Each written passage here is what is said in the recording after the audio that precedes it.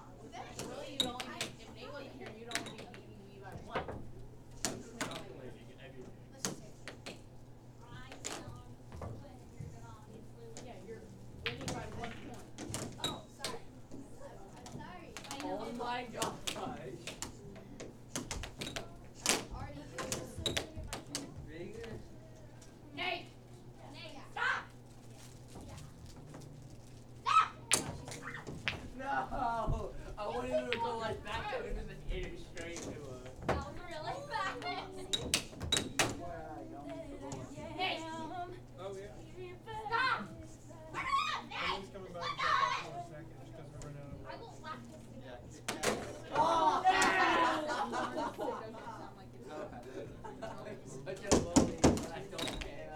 Hey! Hey, can you I sold the last one, so I knew that. Okay, start over. Listen, start over, and this time nobody touched the except for us. And then, yeah, like 3 cans of Snickers is on the chocolate. Not ready. I got one.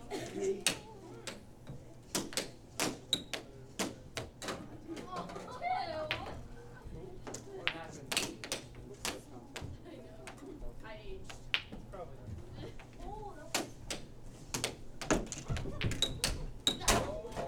Don't even think about it. It's weird. You just got it off my head, that's it. Boy! Boy. Three to one. Jen, who do you want?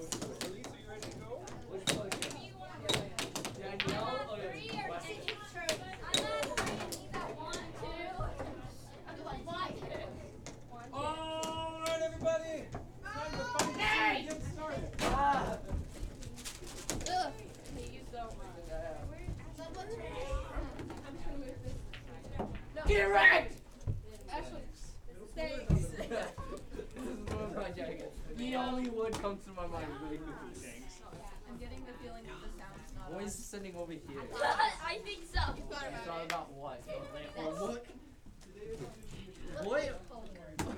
What? Daniel. No! Someone take it. Someone take it. Daniel, the sound is on. What? Go. You can't hear I see what you finger. It's called pink.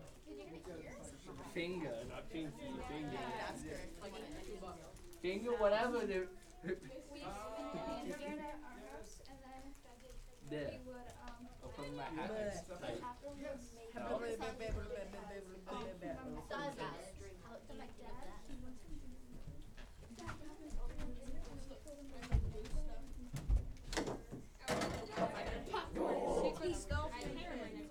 No. No. Testing. There we go. It's on. And then, hit the guitar.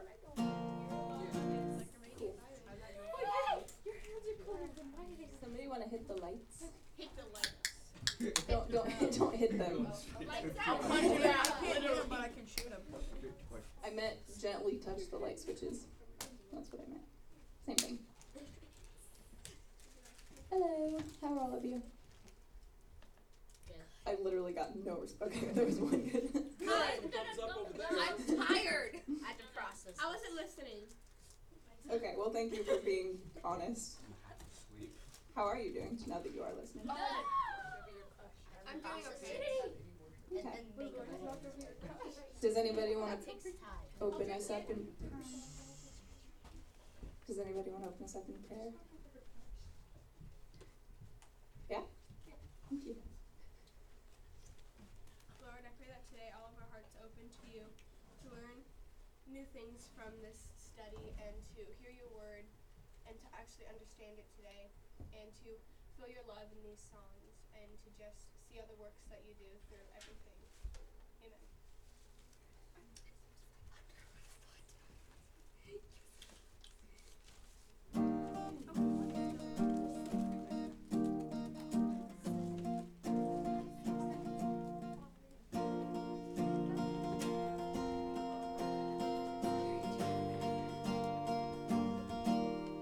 Your love is amazing, steady and unchanging. Your love is a mountain firm beneath my feet. Your love is a mystery, how you gently lift me when I am surrounded. Your love carries me. Hallelujah, hallelujah, hallelujah. Your love makes me sing. Hallelujah, hallelujah, hallelujah. Your love makes me sing. Your love is surprising. I can feel it rising. All the joy that's growing deep inside of me.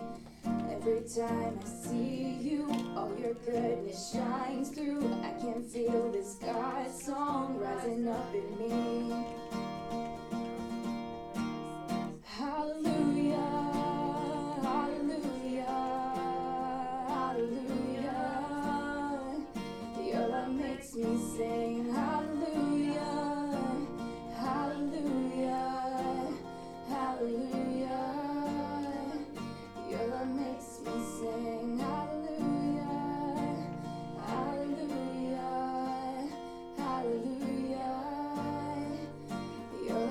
makes me sing hallelujah, hallelujah, hallelujah.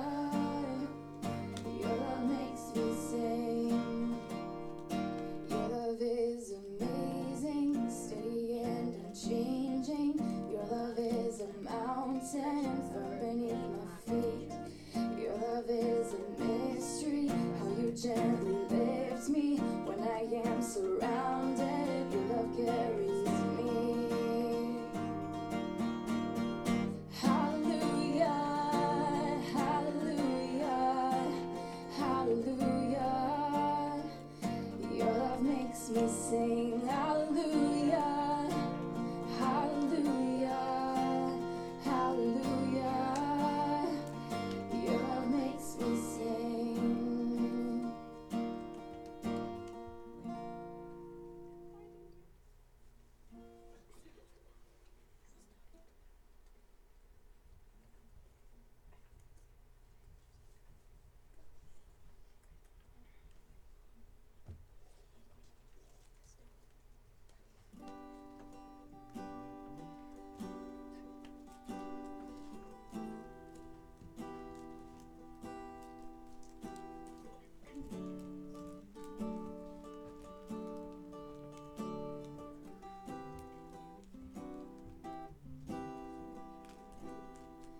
You are the hands that catches my fall.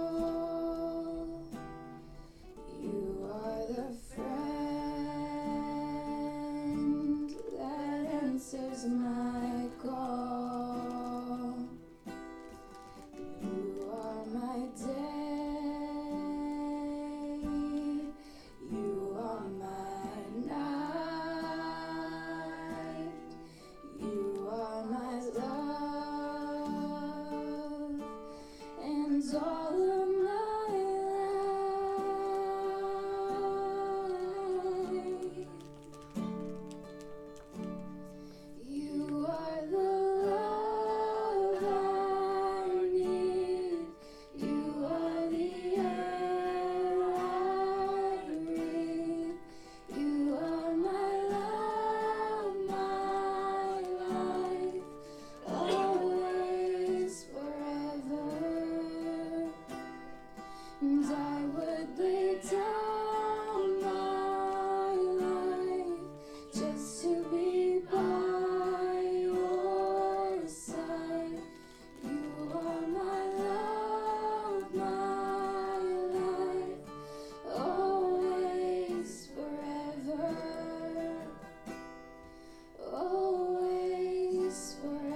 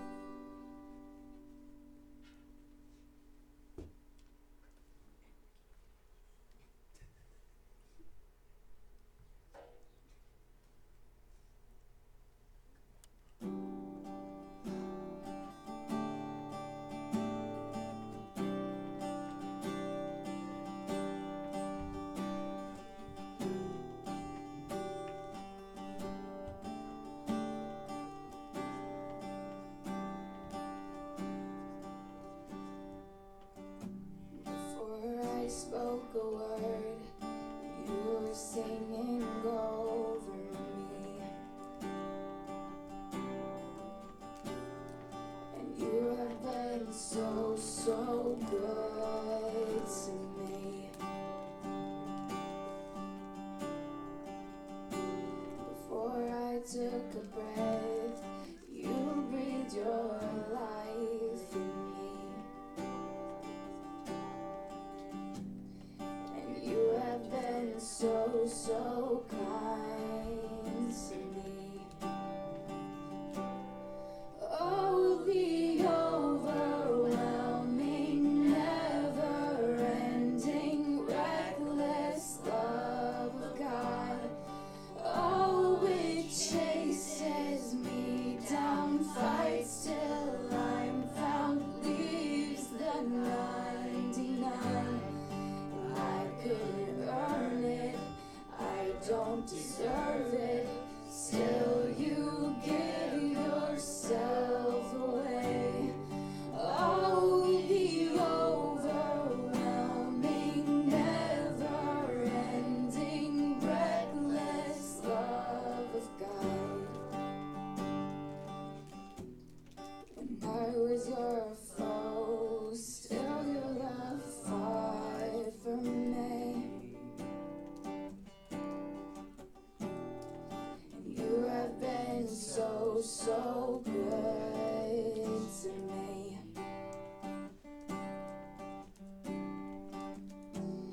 When I felt no worth, you paid it all for me. And you have been so, so kind to me. Oh, the overwhelming, never-ending, reckless love of God. Oh, it chases me down, fights till I'm found, leaves the 99. And I couldn't earn it, I don't deserve it, still you give yourself away. Oh, the overwhelming, never-ending, reckless love of God. There's no shadow you won't light up, mountain you won't climb up, coming after me. There's no wall you won't kick down, lie you won't tear down, coming after me. There's no shadow you won't light up, mountain you won't climb up, coming after me. There's no wall you won't kick down, lie you won't tear down, coming after me. Oh, the overwhelming, never-ending, reckless love of God. Oh, it chases me down, fights till I'm found, leaves the 99. And I couldn't earn it, I don't deserve it, still you give yourself away. Oh, the overwhelming, never-ending, reckless love of God. Thank you, Lord, so much for that overwhelming, never-ending, reckless love of yours that we all have an opportunity to experience in its fullest. I pray that you would just help us to all grab on to that opportunity, that we would all just walk with you and have the chance to just dive into that love and learn more about it, Lord, every day. I pray that today goes well and that you speak through Daniel, and that all of our hearts are open to listen. And I pray this in your name, Jesus. Amen. Thank you, Elise. All right, guys, time to grab your Bibles and open them up to Genesis 19.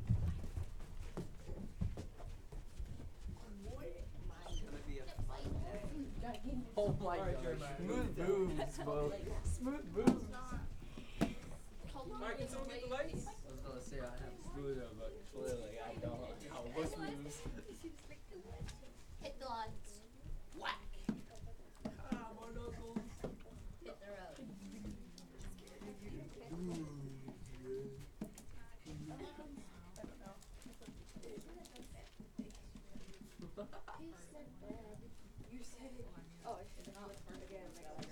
Weston. What? I see you. It's not your nose plug, Weston. Sorry, it doesn't work. It needs to be a close It's fit. Nate's. It's Nate's. Sorry, it's not a close fit. It won't work. It needs to be old fashioned. Are we in Genesis? What happened to that? Genesis Ow! Go get fed. 19, okay? No, I didn't have change. What you got? You want 19? You That's kind of scary. want 19? You were good. 5 minutes? Okay.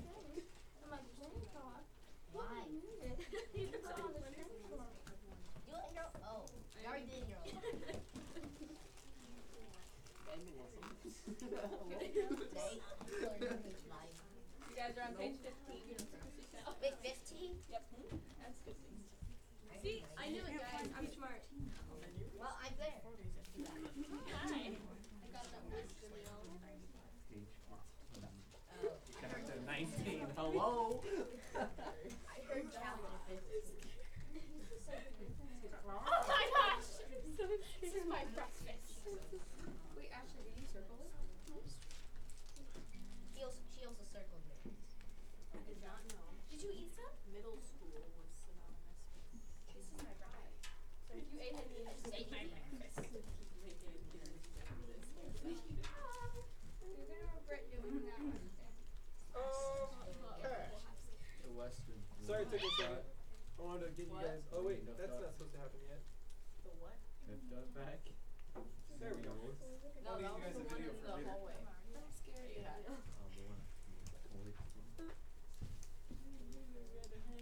There was the other. Alright guys, Me and Lulu read ahead. today, did you really? When did you have time to read ahead? Just now. Oh, I shouldn't have left you sitting there. How You poor far things. ahead did you read? Alright, well, now you get my disclaimer after you read ahead, so congrats. Here's my disclaimer for today. Big disclaimer. You guys ready? What is it? The Bible doesn't pull its punches. Whoa! Do you guys know what pulling a punch is? Yeah. Well, you were here last service. Don't look too smug. Wow. Alright, so pulling a punch is when you're in a boxing match and you go to punch someone and then, well, you almost did it right. You have to wait till I touch your face. So right as your finger touches their face, you pull back. And they go, What? oh! And you do that when you're trying to fake a fight and you want one person to win and the other person to lose. The guy who's going to lose, like, punches the other guy so it looks like they're punching back and forth, but the guy who's going to lose doesn't ever connect. He pulls his punches away right as he touches their face, and the other guy just has to shake his head real hard like they connected.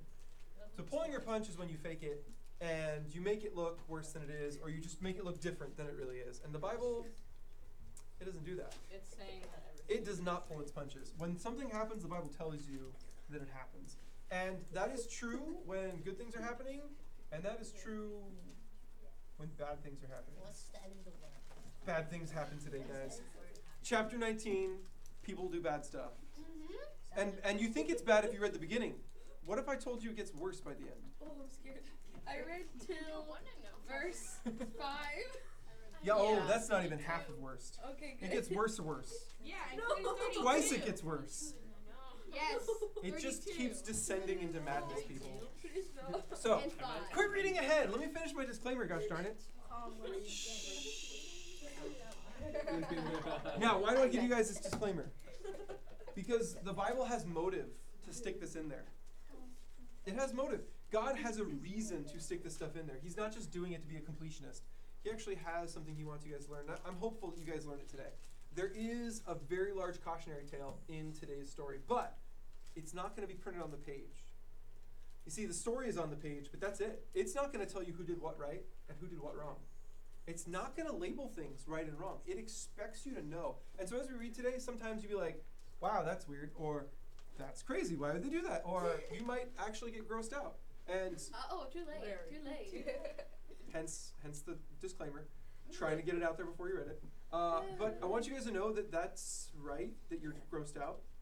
Like, if you feel grossed out at some point, you're right. You did it. You did good. This is not something you should be able to read and be like, oh, so that's what happened. No. If you're like that, you have serious issues. Well, and that's kind of what we're getting into today. We're going to see by the end of it, there's actually some people in this story that are that way. There are people in this story who see gross things and they're like, whatever, that's what it is. And that is a big problem. And we're going to discuss how you get there. How do you go from being a person who is grossed out by that to someone who's like, whatever.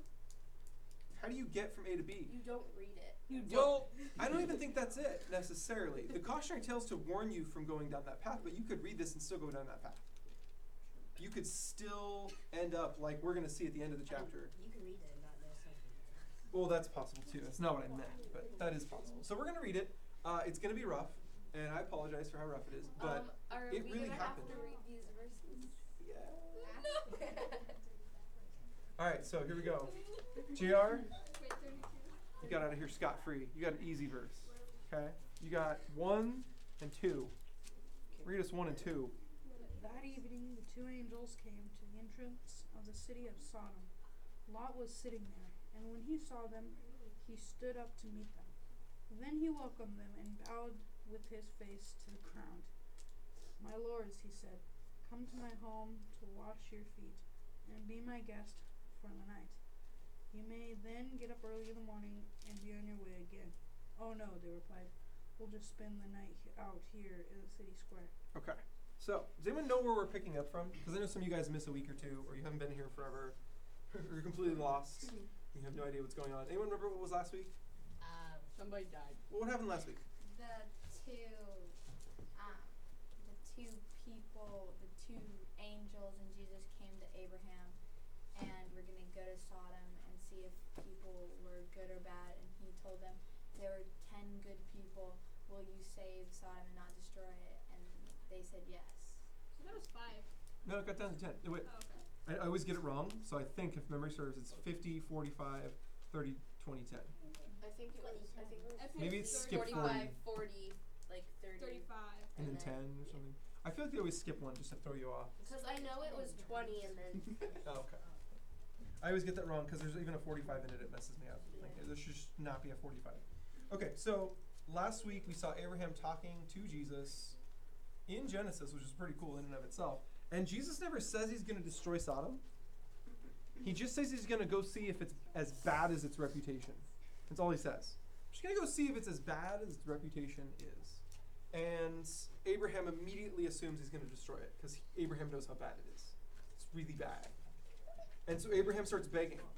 He says, if there's only so many people good, then save it, please. And God's like, well, I wouldn't destroy it if there was 10 good people because then I'd be destroying 10 good people. Now, what was weird about that whole conversation is the motive for Abraham to be that way, to say those things, to beg, was that his nephew lived in Sodom. That was his whole motivation. So, if he's trying to defend his nephew, why doesn't he just say, hey God, go save Lot. Go save my nephew. Because that sounds selfish. Save a lot of lots. Just the one lot. That's Just good the enough. one. He just cares about the one lot. Not the rest of the lots. Not a lot. Just one. Girls, after. Lulu doesn't listen. Okay, Lulu needed something. Sorry, I thought you were just trying to say hi and talk and chit chat. You can need something. That's fine. So he cares about Lot. He's over in Sodom. He just assumes God's going to destroy it because it is bad, bad, bad. So then we get to this week, and the angels show up, and the first thing they see when they walk into Sodom is Lot. And Lot invites them in. Now, whether or not Lot gets their angels is a little mysterious. A lot of times when people don't just freak out at the sign of angels, we're not sure if they actually get that it's angels. But he does, obviously, thank you very much, wife. Appreciate it. He does obviously get they're important. He calls them Lord. He invites them into his house on sight. So, like, he gets something. And then they're like, nah, it's fine. We'll just sleep in the town square. And Lot's like, Dude. well, we haven't read it yet. Let's read it. Got this? Which one? 4? 3, 4, and 5. Oh no. I don't know how people escape. It's 3, 4, and 5. That's the paragraph. You get a paragraph, Mr. Caleb. I know it's rough. It's a bad paragraph. I knew it was going to be me. You just knew. You just knew.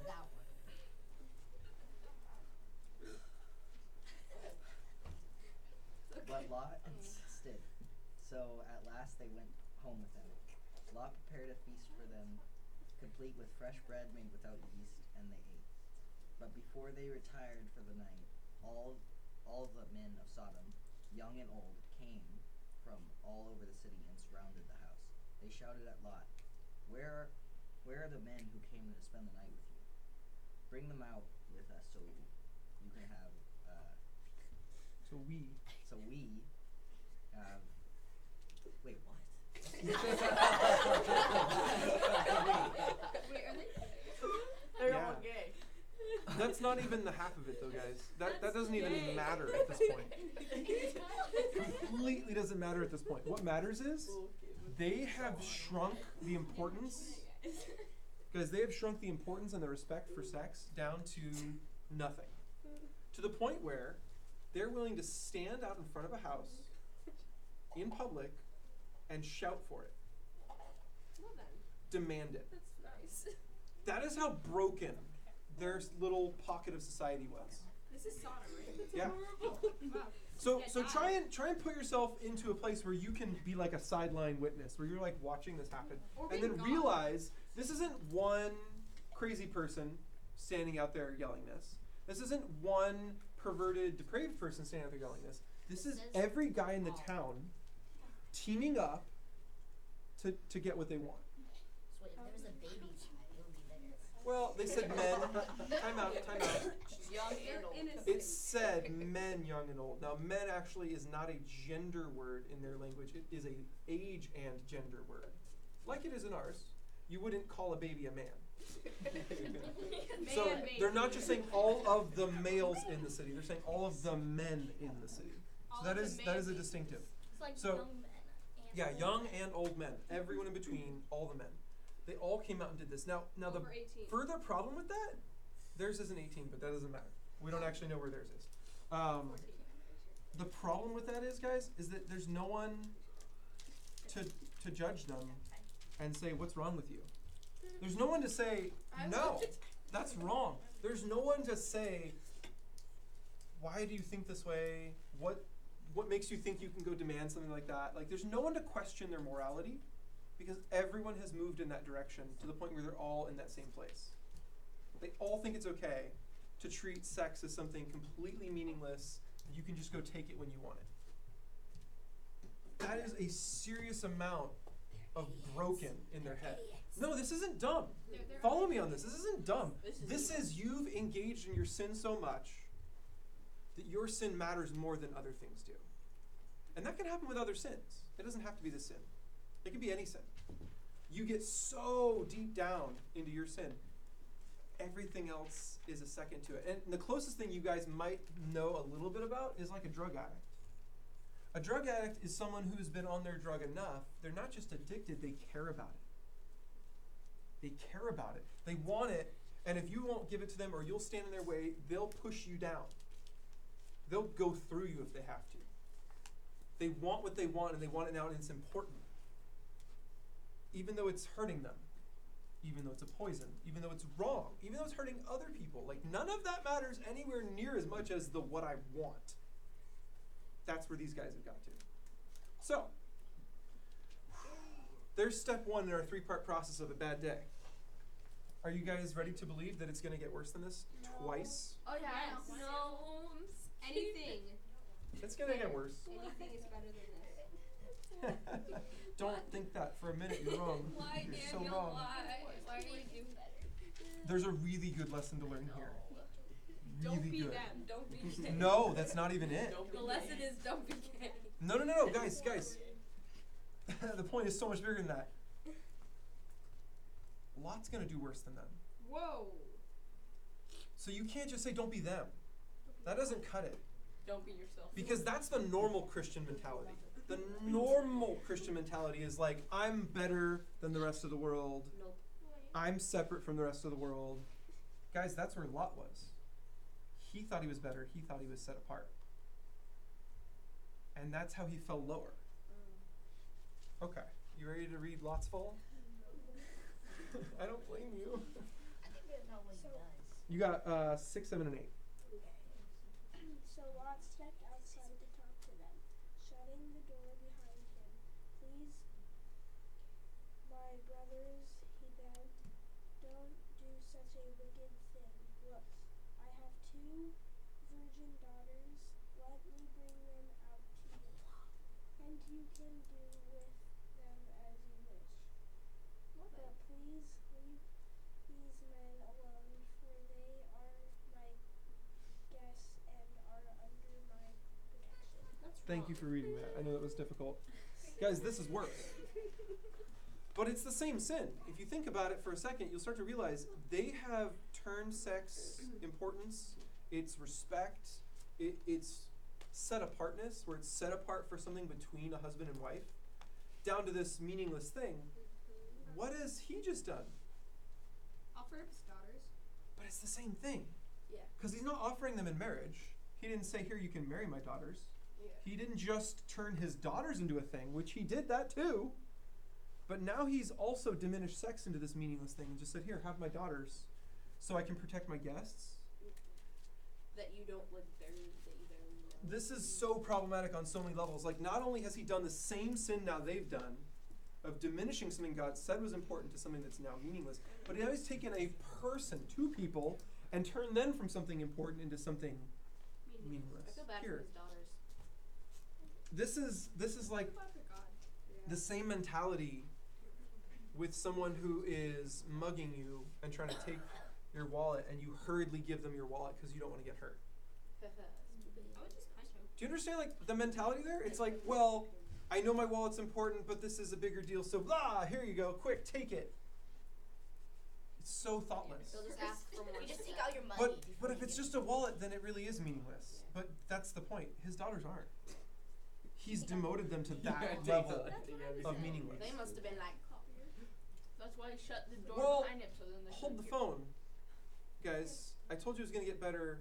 Wait, no, I didn't. I told you it was gonna get worse 2 more times. Oh, that's It's going to be a while. We'll have to wait till the very end to get that last worst. Very end. It's the ending. It's in 35. It's not a happy ending, guys.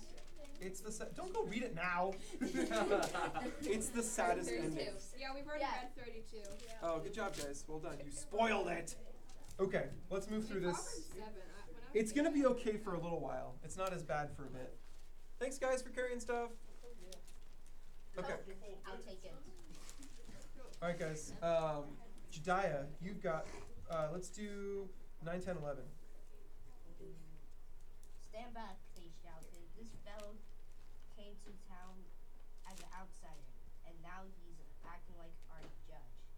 For cheats, you far worse than those other men. And they laughed Nope. toward. Lunge. And then he lunged toward Lot to break down the door. But the 2 angels reached out, pulled Lot into the house, and bolted the door. Then they blinded all the men, young and old, who were at the door of the house. And so they gave up trying to get inside. You know what this tells me, and this is just like my guessing. If they had to give up trying to get inside after they were blind, that tells me they were still trying for a little bit after they were blind. Like, they were trying to get in the house, like a drug addict trying to get their drugs. And when they went blind in the attempt, they didn't immediately quit. Do you understand how animalistic that is? How depraved that is? This is the kind of evil that gets the reputation all the way up to heaven, and God goes, ooh, I should probably go wipe that place off the face of the earth. This is that reputation. Because this isn't one person where God can just judge the one person. This is a town that has affected every man in the town to this degree. And I would like to say, I would love to say, except for Lot. But it seems like he too has fallen prey to the same sort of like, important things aren't important. What I want is important. It's really sickening. So the angels blind everyone. I like that too, because that to me, I don't know if you guys have ever got that treatment from one parent. Like there's one parent not home, and the parent that is home sees what you did, and they're just so disappointed. They don't even know how to punish you. So they just tell you to go sit down in your room or something until the other parent gets home. You guys ever had that? Actually, Go to your room until that's- dad gets home, that kind of a thing? Yeah. No. So like, this is kind of how I see the angels. They're like, your punishment's already coming, but I just can't deal with you right now. Just go be blind. Think about what you've done. And Go they're sit in just the like, corner. this is like timeout until they blow up. This is basically how this is going to go. Your punishment's on the way. Just sit down. I can't think about this with you right now. Just, ugh. Anger. That's pretty bad. Rage. I always use some. Pretty bad. Okay. Then we get to 12, 11, 13. Good numbers. Those are your numbers. Oh, they're my numbers. They are your That's numbers. Fascinating. 12, 11, and 13, you said? Mm-hmm. Okay. Meanwhile, the angels questioned Lot. Do you have any relatives, any other relatives in the city? They asked. Get them out of the place. Your son-in-law, sons, daughters, or anyone else. For we are about to destroy this city completely. The outcry against this place is so great that it has reached the Lord, and he has sent us to destroy it. Okay. So they are revealing their cause. They're here to destroy it. They've seen the evil firsthand. It's bad. It's really bad. And so they're ready to destroy it. Now it's interesting that Lot's going to get saved, in my mind. Like, think about the conversation. Okay, go back to the conversation between Abraham and God. God says, I'm going to go see how bad Sodom is. And then Abraham says, oh, you're going to destroy it? So he's assuming like, oh, it's going to be bad, so you're going to destroy it. Well, what if there's like 10 nice people there? Would you still destroy it? And God's like, no, that's the end of the conversation. If there's even 10, no. So the fact the angel said, we're here to destroy it, what does that tell you? There's not 10 good. There isn't even 10. There's not even probably one. I would go ahead and say we can jump to that conclusion. Let's walk through this. How about There's at least 10 people. how about Lot? Do you think he's righteous? Nope. No. We can cross him out. Okay. Does anybody know how this story goes? Do you know what happens to Lot's wife? Don't say it. Just say if you know. Yeah. Just say yes or no. Yes. Okay. Do you think she's righteous? Nope. Nope. Cross Lot's wife off. Does anybody know the ending and what the daughters do? Yes. Yeah. Okay, so are the daughters on the righteous list? No. Nope. No. So everyone who was at least a candidate because the angels were going to try and save them No. is already off the list. No. There's no one. This is bad. It's not looking good for Sodom and Gomorrah. Gomorrah goes too, by the way. They're like a neighbor city. Okay, so if they're going to destroy it, and if he's supposed to go get people, who is he going to go get? Who is worth saving in his mind? Wife. They're actually in the house, so he doesn't have to go get them. Let's just read it. I won't make you guess. Let's do 14 and 15. Lulu? So Lot rushed out to tell his daughters, Fiancés. fiancés, quick, get out of the city. The Lord is about to destroy it. But the young men thought that he was only joking. At dawn the next morning, the angels became insistent. Hurry, they said to Lot. Take your wife and your 2 daughters who are here.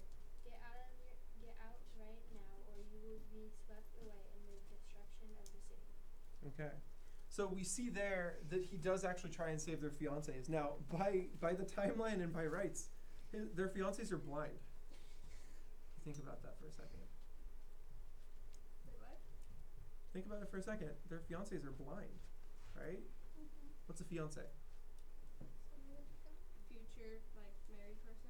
Future married person. So this is his daughter's fiancés who live in Sodom. Sodom. Who was at the house last night?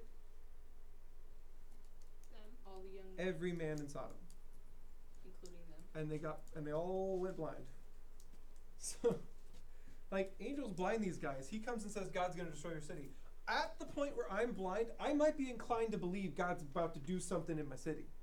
Like, every man in the city got blinded last night altogether. I might be thinking, okay, yeah, something is happening here. And it probably is God working here. Okay. But instead they just laugh.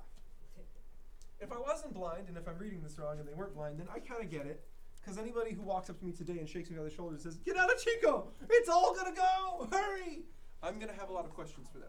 I'm going to wonder, how is it going?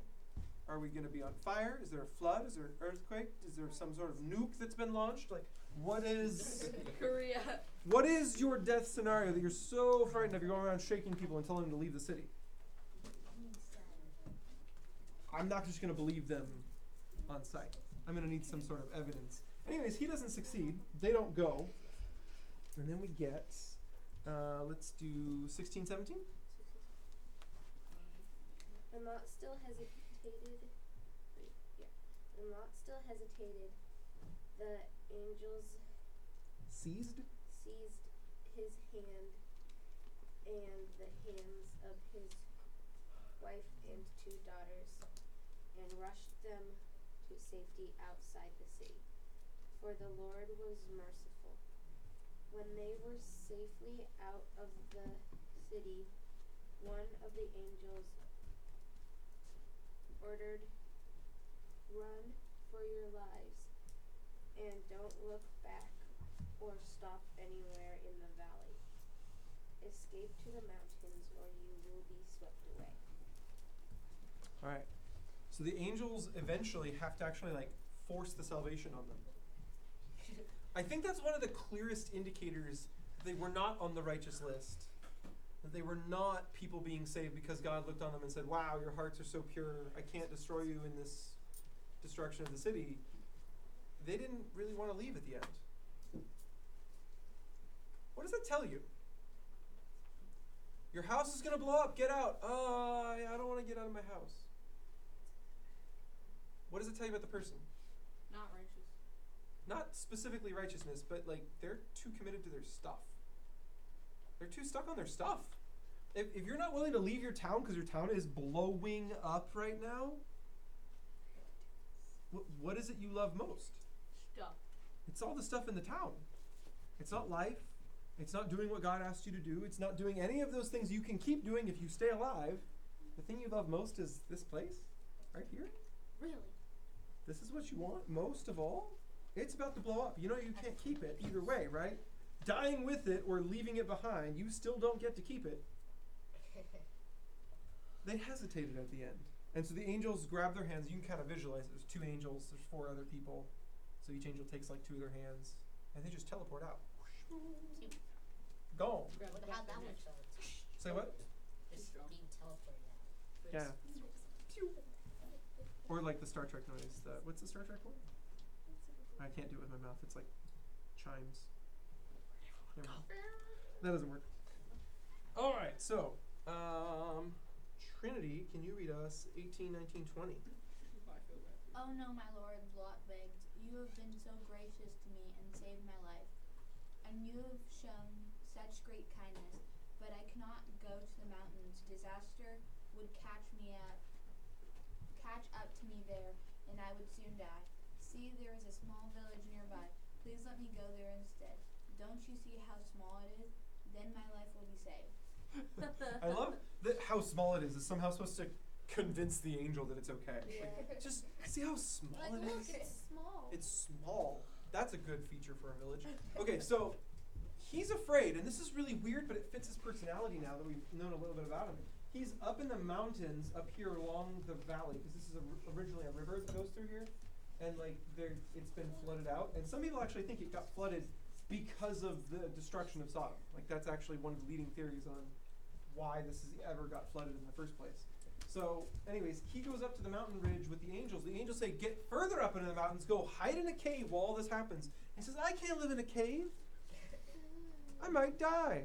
Oh no. You know how else you might die, Lot? Stay here. You stay here, where it's all gonna go boom. Do I need to draw it out for you? God. Okay, so the problem with this is it paints again a picture of a rich man who doesn't want to be without his stuff, because that's actually his backstory. There's very little we know about Lot except he was too rich to live with his relatives.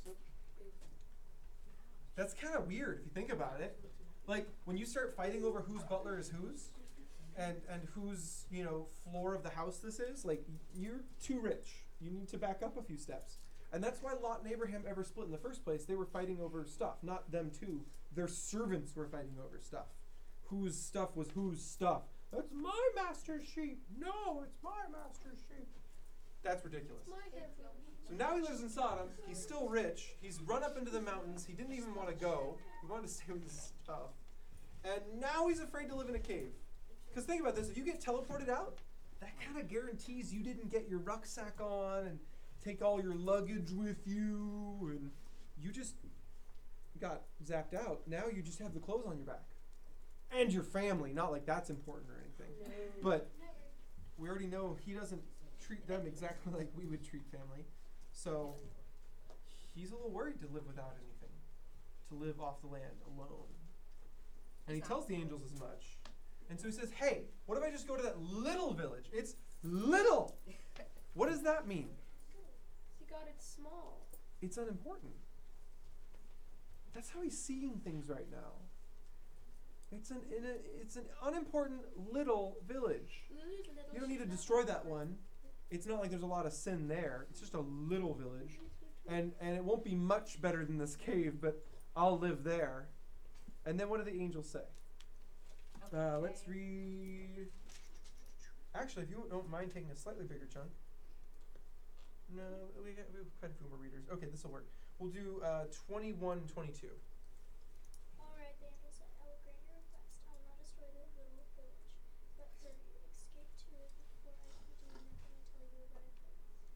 This explains why the village was known as which means little place. Yep, little place. So it actually took on the name that Lot gave it, which I think is pretty funny. So he didn't even know the name going in. So that really gives you like a sense of entitlement in his head that he walks into the place and calls it Little Village enough that that becomes the name of the village. Little village. Weird. Okay. Very strange. Can we do, it's a bigger paragraph, 23 through 26? Yeah. 23 through 26?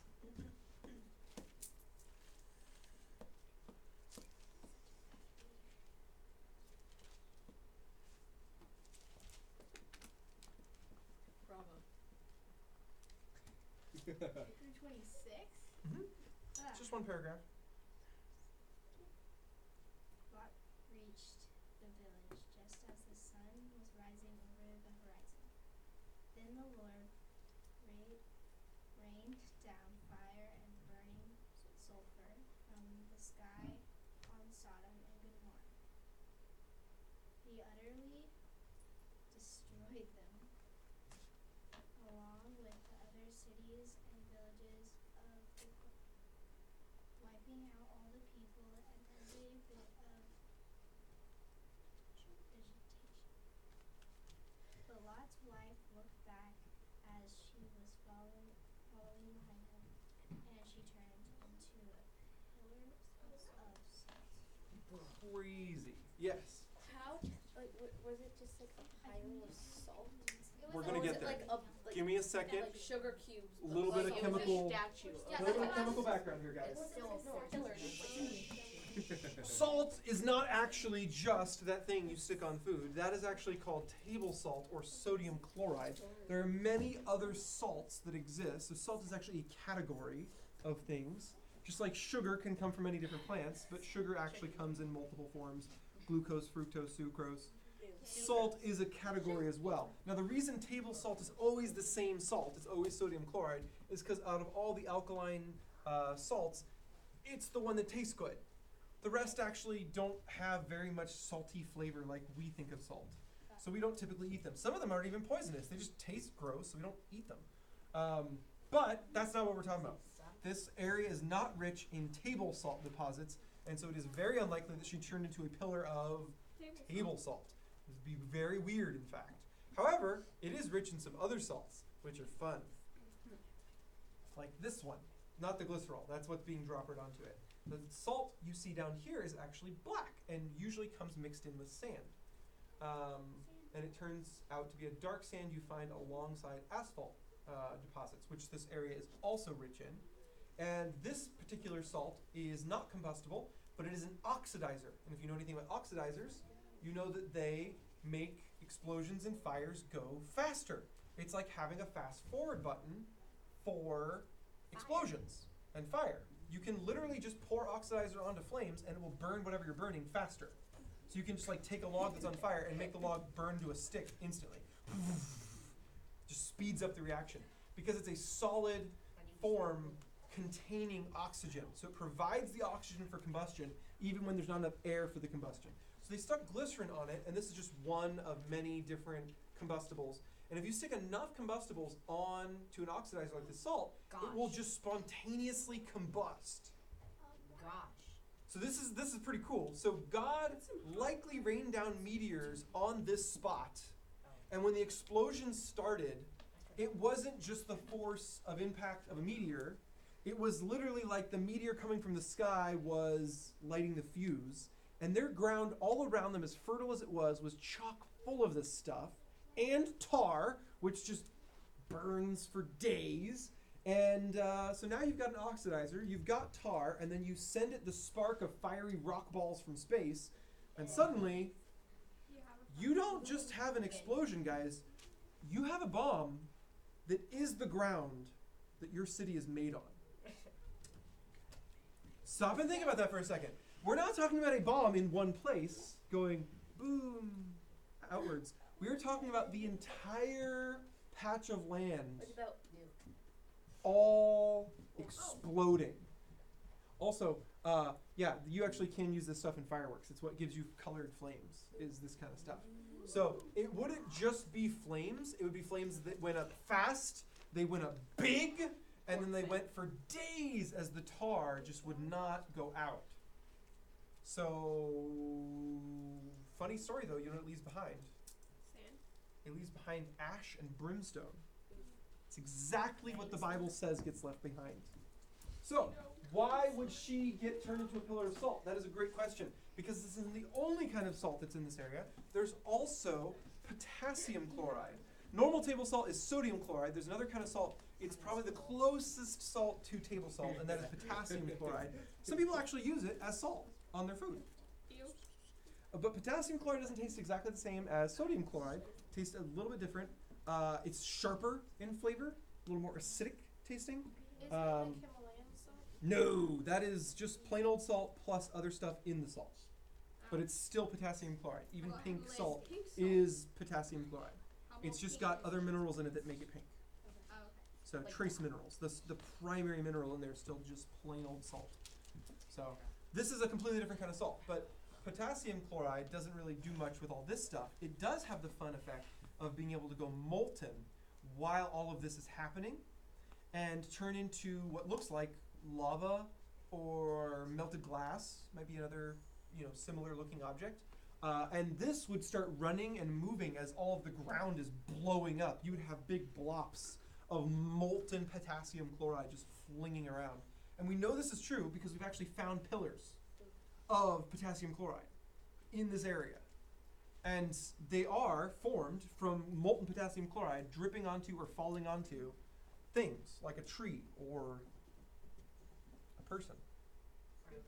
And so when she stopped and she looked back, she got hit by a blob, a human-sized blob of molten salt. So she just burned to death. This would be instantaneous. You're covered in salt. Hey, at least you wouldn't. You would die from the heat almost immediately. You wouldn't feel anything. And then your sad, burnt body would be like mummified inside of salt. Yeah. What if they Super cracked gross. it open? Would they find like bones? It's questionable what you would find because I don't think we've ever done the test. They should. What happens when you dump a bunch of molten salt onto a body? Who's gonna do that test? Me. They should. Someone who's about to die. Yeah. Mythbusters should do it. Mythbusters. They should do that. Get a pig. Just Blop some molten salt onto it. That's what they use usually for like their human analogs. Just use a dead person already. No, you can't do that to a dead person. There's like laws about that. Use a duck or something. Don't hurt the animal. There's actually less laws about what you can do to the dead pig. that's some good bacon gone. Yeah, not the bacon. Well, then it's already salted and cured, so you can cut it open and eat it. Then you don't waste the pig. Instantly. I like pigs too, but they are delicious. I know. I don't have pigs like Baby pigs What, are ham so and bacon? cute. I've never had a pig. All right, guys. Shh. You want the happy ending to the story? No. The happy ending is from 27 down to 29, except Jeremiah ruined it for me, so now it's not happy for me anymore. If you want, I can ruin it for you too, or I can just let you read the happy ending and think it's happy. Ruin it. You want me to ruin it too? Alright, Hannah, you want to read us the happy ending? 27 through 29. And Abraham went early in the morning to the place where he had stood before the Lord. Then he looked toward Sodom and Gomorrah and toward all the land of the plain, and saw, and behold, the smoke of the land which went up like the smoke of a furnace. And it came to pass, when God destroyed the city of the plain, that God remembered Abraham, and sent Lot out of the midst of the overthrow, when he overthrew the cities in which Lot had dwelt. Did someone just poop money? It seems like What did they you can't die. eat? Good, that would be fun. Okay, Salad. so in my mind originally this was a happy ending, like before the horrible ending that comes next. Yay. And the happy ending in my head was like, yay, Abraham's nephew was saved. And this is pretty cool when you think about it, because Abraham never asked for that. He never said, go save my nephew. But does Abraham know that Lot was saved? That's how Jeremiah ruined it. He realized there's no point where it says Abraham knows Lot survived. Or the angel told. So literally, he's standing there and he's watching the flames, and he knows nothing about the whole story we just read. So what is your one and only conclusion based on the conversation you had with God? His last thing was, if there's 10 people, would you destroy the city? And God said, no. If there's 10 good people, I won't destroy the city. So then he sees from a distance the city is destroyed. The only thing he can imagine is there wasn't 10 good people. So God destroyed the city. At no point in his knowledge is there a part where he goes, but God saved Lot. Nothing tells him that. And that kind of ruins it for me, because now Abraham's just standing there watching the city burn from a distance, and he's probably standing there going, oh, Lot's dead. So now it's like, bad stuff, Abraham's depressed. Oh look, more bad stuff. God! Come on! There's nothing, there's no light, there's nothing in this. It's just a dark tunnel leads to darkness. But there is something cool to learn. Just wait, we're almost there. Almost there. Hey, you know, it's not that bad. Oh yeah, it's pretty bad. No, it's pretty bad. It's bad. bad. It's bad. Wait, You want me to cut you off at like verse 30? They're all bad. They're all bad. Don't make her read. Make Weston read 32. No. Make Weston read 32. Hey, you want to just read 30 and poke Weston and tell him to read the rest? Yes. No. What? Do it. I Read said 30 you read 30 and and then just poke poke him Weston. and then make him read the rest. 32? No. Yes. All right, you can read 30. Go ahead. I'll read one verse. I don't know. Afterward, Lot left Zor because he was afraid of the people there, and he went to live in a cave in the mountains with his 2 daughters. Your turn. I love you, Weston. I'm sorry.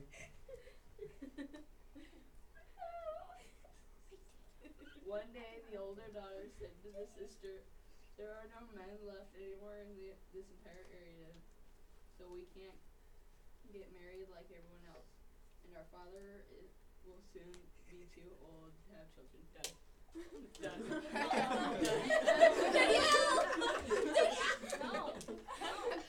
Yeah. Okay. I'll read it if you guys are really that No, squeamish. JR.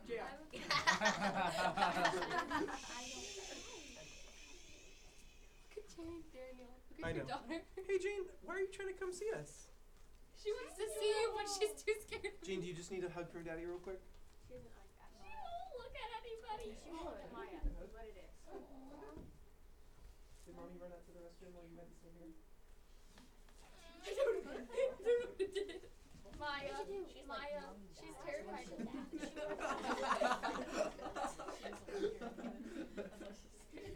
I'm sorry. She's all yours. I'm sorry for your loss. You went to the Don't you go around her. Sorry, Jane. I love you. I'm sorry. No, she's not sad about you guys. It's just because Em went to the restroom, so she's alone. Because I feel like every time she goes Exactly. past someone. That was a little bit of that. That part was. She's a shy person. Yeah, she's shy. Okay, guys, so it gets bad, it gets worse, and now it's the worst. Verse 32, come, let's get him drunk with wine, and then we will have sex with him. That way we will preserve our family line to our father. Oof. Now, as bad as that is, I'm filled with questions as soon as I read that. Why would you want to? This is really broken thinking, but I can kind of see it from a distance. I get it. Remember where they grew up. They grew up in Sodom, guys. They grew up in the place that turned the importance knob on sex down to 0 and just said it's meaningless. You have it when you want it, you take it where you want to take it. And so in their mind, like, it's just a thing you get to do whatever you want with. Yeah. And really, that's not what they care about at all. What they care about is that their family is going to end. Yeah. And in their mind, family ending bad, sex is meaningless, then sure, that's one way to fix the problem. And really, that thinking only works when you've grown up in a culture that is so They don't know anything broken. else. Yeah, they don't. Oh, no. Don't give them innocence. Don't give them innocence. No. I'm talking about the opposite of innocence. They're corrupt. The opposite of innocence. Full corruption to the point where your conscience is seared. Do you guys understand the concept of searing? No. Okay, so imagine you're like back in the day, okay, olden days. You're off with your soldier buddies, you're hiking through the mountains, you got no medic, and you slide down some rock face and it just gashes open your leg. And you're just bleeding, and you have no med kit. What do? You cut off your leg. You burn your leg. But not like light a fire, stick my leg in the fire. That's not gonna cut it. That's not gonna help. You actually do something very particular. You take something metallic and smooth, like your sword, you heat it in the fire till it's hot, and then you stick that on the cut.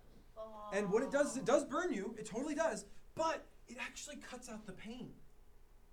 Because as it seals it off into like the world's superest scab, it also kills all of the nerve endings that are in that portion of your leg. What? So that It's like surface, it hurts for the first 10 seconds. exactly, until the nerves all die, and then you can't feel anything on that part of your leg. Forever. That it can grow back. It depends on how you did with the cut and how you did with the burn, and it's complicated.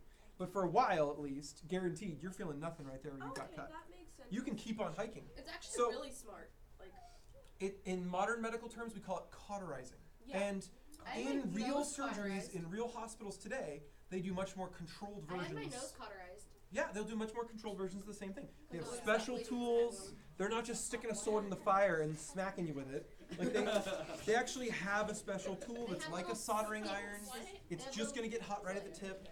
Like when they did my nose, they had like a little. It looked like a big old long match, and on the end of like what Weston. the match would be, it had like this like powder acid stuff Mhm. that they just stuck and it sealed it.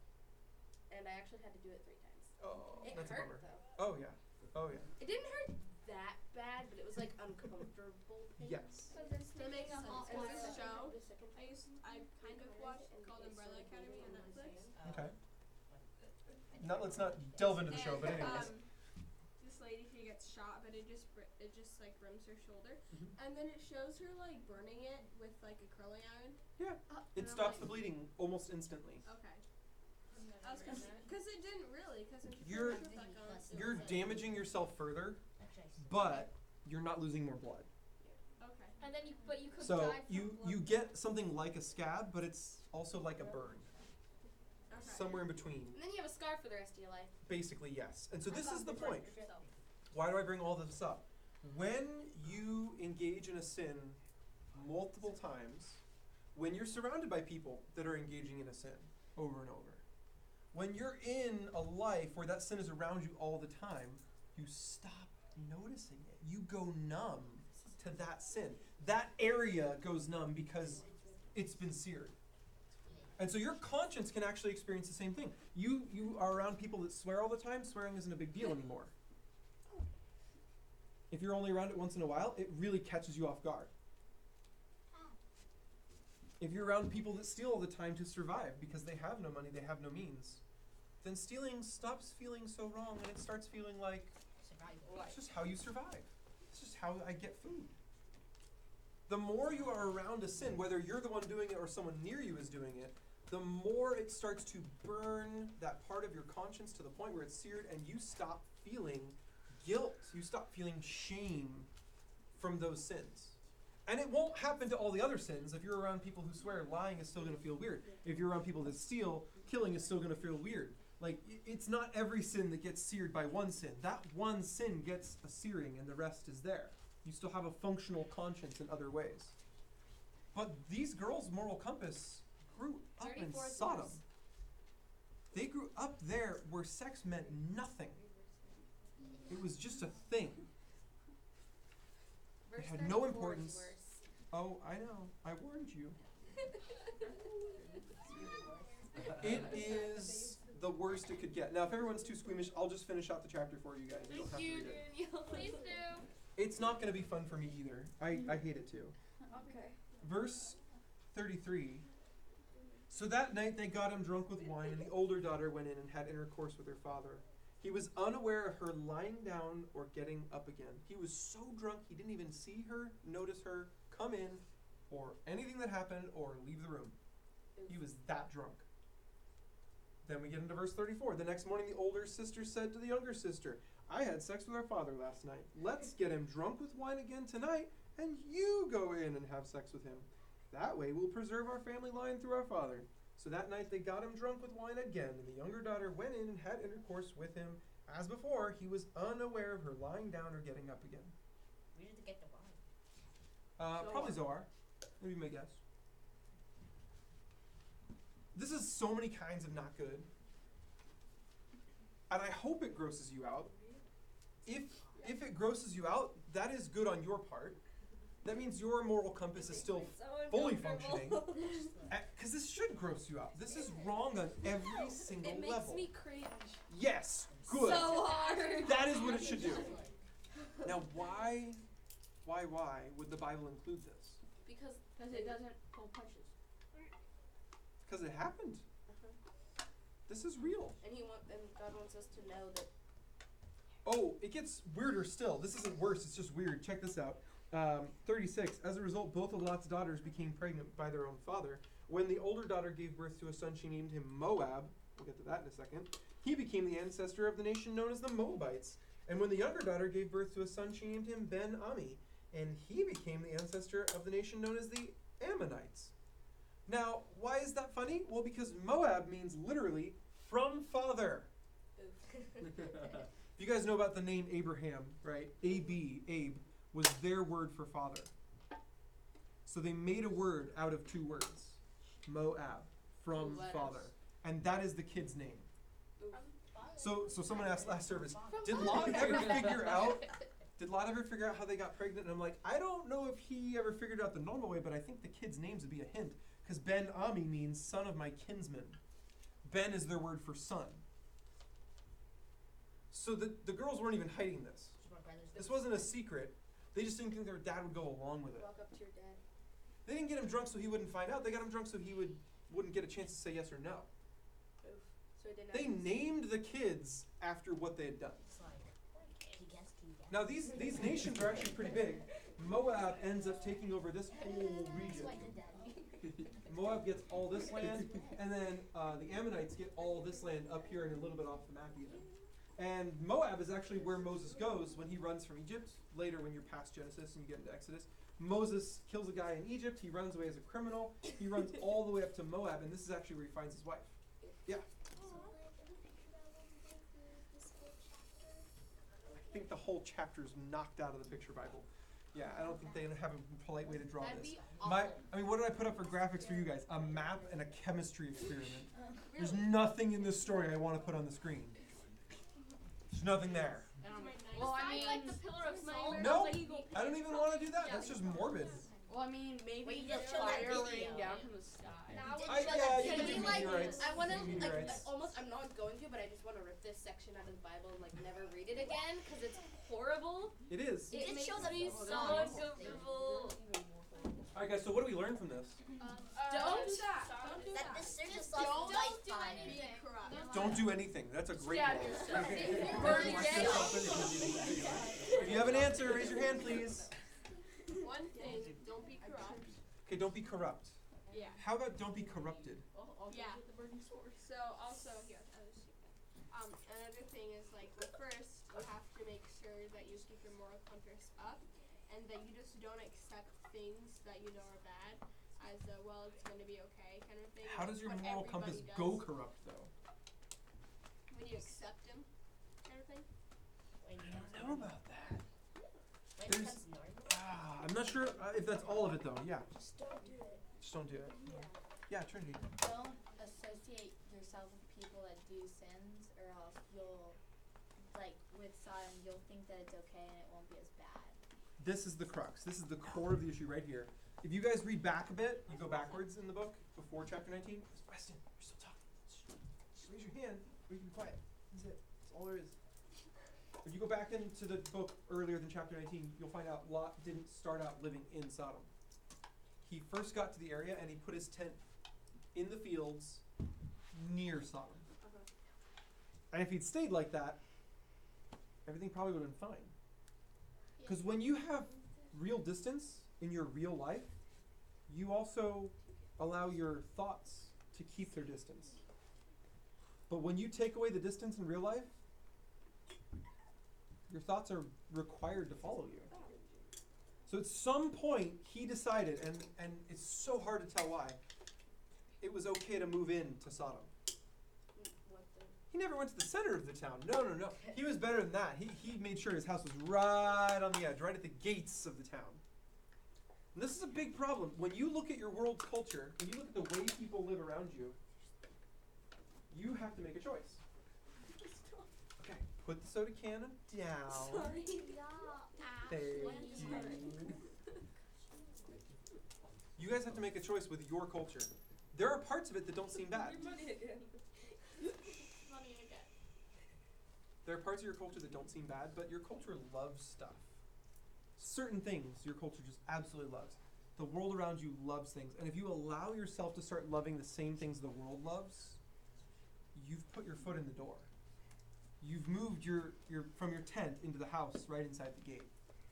And this is really, really hard to balance, guys, because the Bible is also pretty clear on the fact that you cannot avoid culture. Trinity, you said something really interesting earlier. You said, don't associate with people that do bad stuff. And that is really tricky because the Bible says you're supposed to reach those people with the gospel. And there's a crazy balance that goes on when you try not to associate with them, but you're supposed to go save them. So the picture in your mind needs to be a little bit different than don't make friends with, do make friends with. It's got to be a little different than that. It's much more like there's an outbreak of a disease and you're a doctor. And you have three choices. Okay? You can either run from the outbreak. You know how bad it is. You've seen it firsthand. You're a doctor. You know these things. You run from the outbreak. Or you can just act like there isn't an outbreak. Go about your daily life. Hang out with all the sick people. Get touched by a leper. High five those lepers. Gotta be careful high-fiving lepers. You can knock their arm right off. It's dangerous stuff. Like a zombie. What's the third option? Heal them. Yeah. But how does a doctor heal someone during an outbreak? Make it through. You have to be willing to Is it get gas sick. mask? No, because then you die. Well, you're saving more innocent people. You can heal them by, I don't know. If we're thinking for the right answer, you could pray. Just like, whoever with you. Don't Sunday school me. I know what you did right there. How am I supposed to say no, don't pray? But that's not even close to the right answer. Guys, think about the analogy for just a second. Doctor could go about his daily life and just act like there is no disease. Doctor could run away from the outbreak. Or doctor could live every single day realizing I could be infected at any minute. I have to be careful. Living in fear. No, don't live in fear. Live prepared. Fear would be running away. Live prepared. When there's an outbreak, doctors help the patients, but they don't do it in their normal street clothes. They don't do it like they're living their normal everyday lives. They put a mask on. They get a hazmat suit. They got a vest pouch thingy full of syringes with cure in them. They're ready with a cure injection at all times. No. You gotta have those little needles. They need little test strips to see how the other people are doing. You gotta have dart guns, but it's filled with that. That'd be great. I'd love that. Just go around inoculating people with a blowgun. It'd be fantastic. So then go backwards with me out of the analogy. Shh, we have limited time. Please stop talking amongst yourselves. Talk to the group here. What do you do in real life? Forget the doctor analogy. Rewind it back into real life, okay? Don't go living into the world like it's normal. Don't be part of the world like it's normal. That's how you get sick and you die. Likewise, don't go live in a monastery and like never talk to other humans who might have sin in their lives. Get away from me. You got sin. No, you sinner. What's the balance? How do you live not in fear and not like nothing's wrong? What's the balance in real life? Yeah. You find those people that you can like talk, like, well, you make sure to talk about God to them, so that you're like keeping that still with you, but then you also take breaks, because you can't always just be overwhelming yourself in that and seeing so many of it that you think it would be okay. Okay. Anyone else?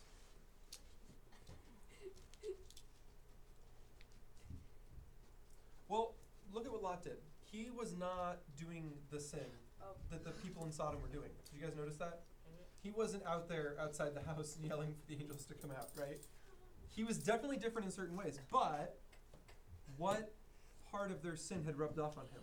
What part of their sin had caught him up? It was the way he thought. He started thinking like they thought. So even though he wasn't sinning like they sinned, he was thinking like they think. This is the trouble with culture. It's everywhere, all around you, all the time. And when you start thinking like the world thinks, it doesn't matter if you pretend to be different or if you think you're different. It starts altering your thoughts. So what the world thinks is that stuff is important. What the world thinks is that you're defined by your fan clubs. You know, like, what am I a fan of? What do I like? That somehow defines you? Volleyball. How does the world think? The world thinks that politics can actually fix problems. How does the world think? The world thinks that what country you're from actually has more meaning than what God you follow. How does the world think? Pick apart how the world thinks and then realize, I'm not supposed to think any of those things. I'm not supposed to think any of those things. Then you have to do another one. This is even harder. How does the world spend its time? How does the world spend its time? You spend your time on the stuff you love to do. Selfish pursuits. Selfish pursuits. Good job, Ashley. You start doing things the other way, and it really does start to show you as being different, though. And you're going to start to look weird. A little weirder than Lot standing out there saying, guys, this is wrong. You're going to look way weirder than that. If you don't spend your time on selfish pursuits, you're going to look insane. What? If you don't go around spending your time on this hobby, that favorite, this thing, you spend your time in God's Word. You spend your time showing people love and helping them, doing what they need. You start to look weird. It stands out. And then likewise, what do you guys get excited about? This is the biggest one in my book. When you're your age and you're with your friends and your friend tries something new you haven't tried, what are they going to do? Try to get you to it. Try and get you to try it. Now, what if that thing was God? Then good job. Wouldn't that be different? Yeah. If you were in a conversation with your friends and you brought up how excited you were about how God answered your prayer, or you brought up how excited you were about the last time you were at church, this other thing happened, and this thing, or we talked about the craziest, dumbest, weird chapter in the Bible. That I'm never reading again. But you got all excited about that with your friends like it was some new food from a restaurant or some new show they haven't seen or some new place they haven't been to, or you got all excited about it and you were trying to like get them to try it. Except it was a relationship with God. Okay. Yeah. That would require you to kind of toss all of the other cultural stuff out the window because that's not what they get excited about. Oh, no, it's not. Not even close. So this is where I want you guys to be careful. Culture takes you over constantly and slowly. And the only fix is to be separate from the culture. You are supposed to be in it. And this is the way Jesus puts it. He says you're supposed to be in it, but not of it. They're with them, but not a part of them. And if that sounds lonely, then realize the second step to Jesus' great plan of you not being a part of the world is to get everybody else out too, before the city goes. Hey, Weston, try not to die. Okay. Put your legs in the middle. Put your legs in the middle. There we go. Thank you, Good Sarah. job, Please don't do that Weston. again. I'm trying. I'm trying to. I'm dealing with Good this job, exact buddy. same thing. Hey guys, real talk. I'm dealing with this exact same thing at school right now because everybody at school that I can say friends with, thought that it's cool to date right now. And I had a friend that cheated on somebody for like a certain amount of time, and she thought it was fine. And so they started to rub off on me. Not saying I dated anyone, but they started to rub off on me. And my parents caught me. They're like, "Goodness, girl, these are some wrong friends," and I didn't even notice it. It's slow and it's constant, huh? Starts moving your thought process. They broke up. The friends in her. You guys can finish after if you need more questions answered. No, that's how it goes though. It's exactly how it goes. That's just one little example, but it's really your whole life. This is going to keep on going on. And not even just with friends, but just the overall direction of the people around you. And one of them even thought that it would be even right to ask the person that I liked out, even though she knew I liked him. See, but this is the other problem with dating. There aren't any rules. Yeah. No one's in charge, so there are no rules. There's no referee, there's no rule book. It's whatever you agree to. And if the other person isn't in agreement with you, then there isn't a rule. They can't do anything wrong. Because no one ever said what the wrong things are. Dating is a mire. If you don't know mire, it's your vocab word today. Go look it up. Yeah. I'm kind of dealing with the same thing. I have a friend who thinks it's okay to date, and I feel like her bad habits are rubbing off on me. So how do I go about like trying to help her out of that, but it not rubbing off on me? Okay, so there's two styles. You can choose which works best for you in your situation. One style is for you to put some distance there so that you can stay strong. If you're staying strong and that's not the issue, you just want to help her, you can go to style 2, and that is where you try to get her to put distance between all of that. Now the methods are many. You can try all kinds of things. But my favorite one to try and put distance between them and what they're going into is to try and get them together with more people than themselves who are already thinking along the way you're thinking. Does that make sense? So you put them in the minority. Hard to do, but not impossible. Bring them in with your family and have dating conversations with your family and them around. Or bring them to church. They already go. Yeah, but they go. Like, Then start the conversation when I'm around. You know what I mean? Like start the conversation when there's other people who are thinking about it God's way around, and put them into the minority. Not to crush them, not to push them, but so that they have the chance to hear opinions and not feel like I'm in a circle of I'm right, everyone thinks I'm right, everyone thinks like I think. Put them in a circle where there's actually different ideas around them and they have to question things. They have to think about things. That's healthy. Yeah. So what if I tried that? Yeah. But her parents allow her to date? Oh yeah, then you have a whole nother world of issues. But She's got to start to get on a path where she's following Jesus, and that's the most important thing. And the thing Of is all. that she's Christian. That's a label. So Yeah. you got to dig a little deeper than that. She gets really defensive when I talk about it. Yeah, well of course. It's like talking to an addict about their drugs. Like, Oh, okay. why wouldn't they get defensive? They'll be ready to tear your head off if you go too far too fast. Right and fine, so they would like. They think they're fully justified. So again, the point is not to attack someone where they think they're justified. The point is to introduce them to Jesus so they can start to change whether or not they think they're justified. Let What Jesus if you do that can part do of the that conversation. Because she says that she's Christian as her excuse, but I want to. That's why I use the phrase introduce her to Jesus. I don't mean become a Christian. Oh, okay. I mean literally spend time with Jesus. Okay. Like when Jesus comes in the room and you say hi, he doesn't tend to leave. Like he sticks around. So He raids your fridge. bring him, yeah, exactly. Bring him into the conversation. Let him linger in the conversation. Don't just let her be a Christian and that's the end of the conversation. That doesn't mean anything. She's got to actually start to talk to him and live with him. I love the way you put it. That was great. Now, please. All right, we got to pray and get out of here, guys. I do this. I'm not eating it. Lord, we love you. We thank you that your word doesn't pull any punches, even if it can make us squeamish and seem like too much, Lord. And so we just ask that you would help us to latch onto those things that are healthy today, those things we need to remember, and to just let the other things wash away with time.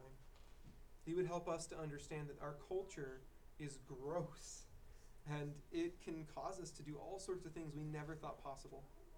Just by spending too much time with it, just by letting ourselves become invested in it. And so help us, Lord, to distance ourselves in the right ways, to stay healthy by staying close to you instead. And may, Lord, we notice when we start to slip down that slippery, slippery slope and start to move our house right into the front gate. Help us, Lord, to wake up before destruction comes. And Lord, may we be that changing influence. May we be the visiting angels in someone else's life. The thing that gets them out before it's too late. Even if that's really difficult, Lord, and it has the chance to break friendships, Lord, we know this is important. Being on a road with you, being close to you is more important than anything else. Help us, Lord, to be that change in other people's lives. We ask for your help in all these things, Jesus. We pray these things in your name. Amen. Quick note, do not feel ashamed about what you read today. I encourage you to actually bring it up with your parents and be like, did you know what's in Genesis? Did you know people are gay? Sorry. Sorry. I just know all about Trinity, you gotta go. Oh, you're right. I know. Of course, yeah. Come on! I was the first one to put my phone in there, and somehow I was the first one out. Nice. I don't know your first name yet. Anderson. Anderson. No, Connor Anderson. Yeah, I did say first. Didn't I? Okay. Connor, you get one free dollar item from the snack bar.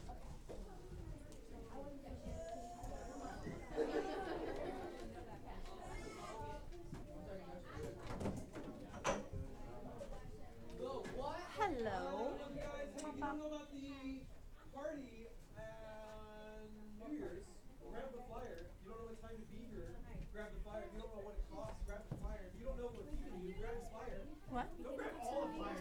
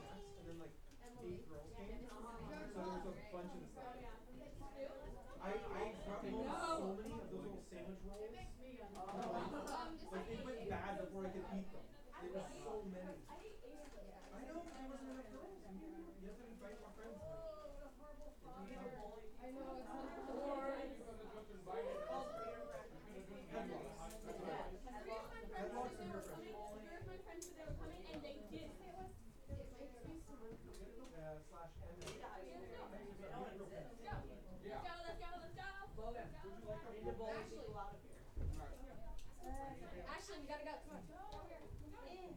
We came up here to bowling, and they're going before you all.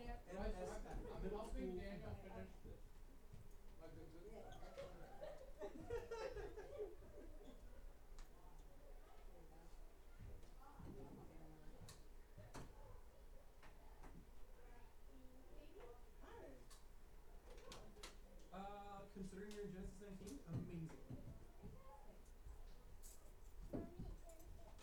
Hi, Jane. How are you?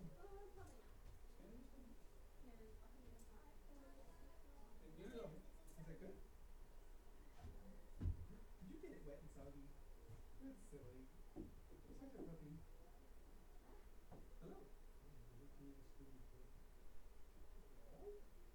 Did anything else report? Oh, yeah. Oh, good. in the corner on the window. Okay, But cool. but it's streamed though. Okay, let me use the restroom. I'll come take a peek. Yeah, I'm wondering, yeah, you can use it. It's got a lock on it, I don't know if it's